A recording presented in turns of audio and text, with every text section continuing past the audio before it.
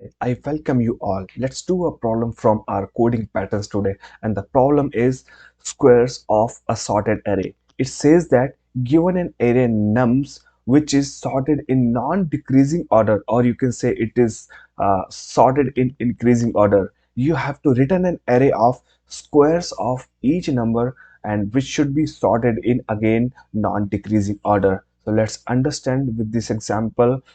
So let's suppose we are having -4, -1 and 0 as an our nums array. So we have to square each and every element of this array. So after squaring, it will be like 16, 1 and 0.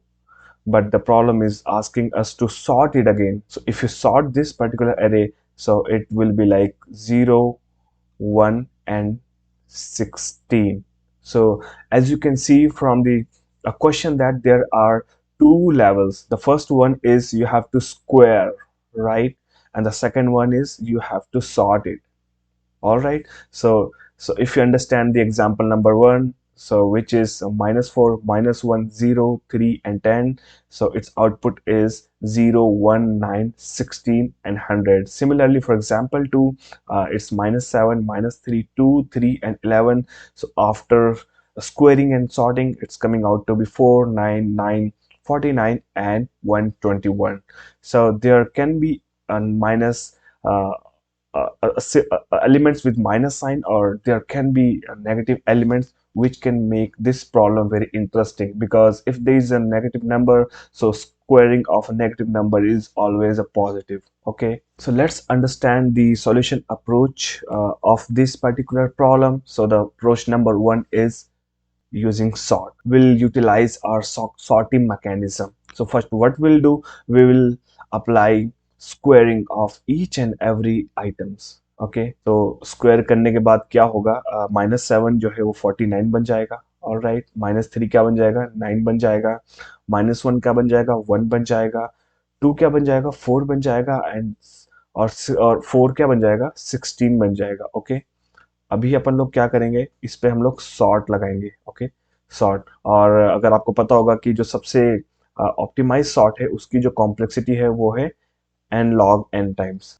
तो sort करने के बाद में ये जो array है अपना, ये कुछ ऐसा बनेगा।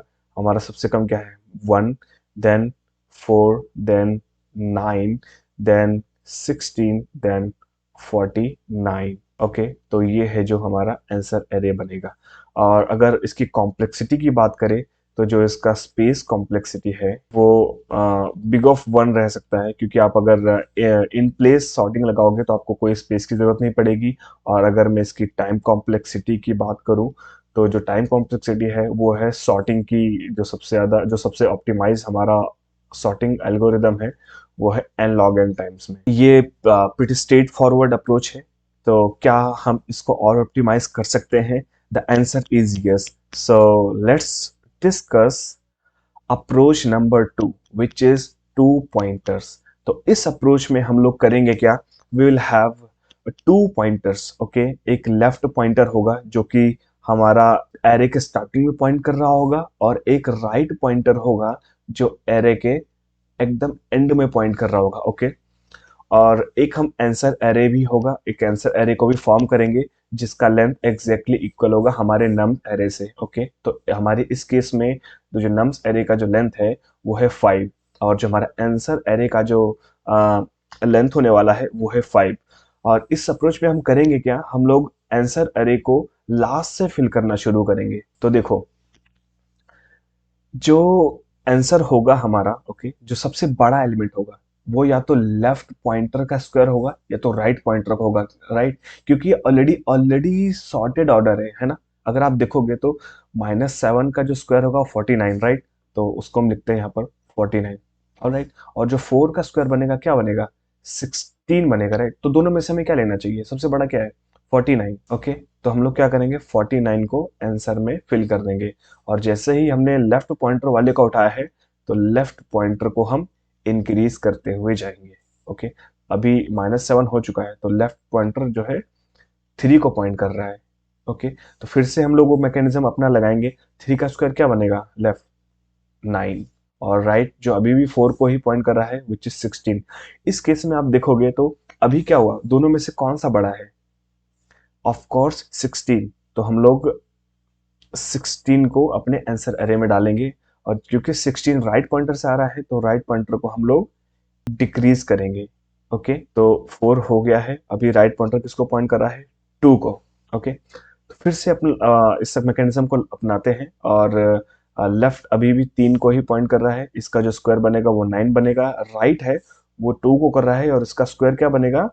4। दोनों में से कौन सा बड़ा है? लेफ्ट वाला। तो हम लोग आंसर में लेफ्ट वाले को डालेंगे, और क्योंकि लेफ्ट से आ रहा है वो, तो लेफ्ट पॉइंटर को इंक्रीज करेंगे। तो ये वाला कवर हो चुका है। तो अभी लेफ्ट पॉइंटर जो है -1 को पॉइंट कर रहा है। ओके, तो लेफ्ट का जो स्क्वायर बनेगा, 1 का स्क्वायर 1 बनेगा, और राइट जो 2 को पॉइंट कर रहा है विच इज अगेन 4।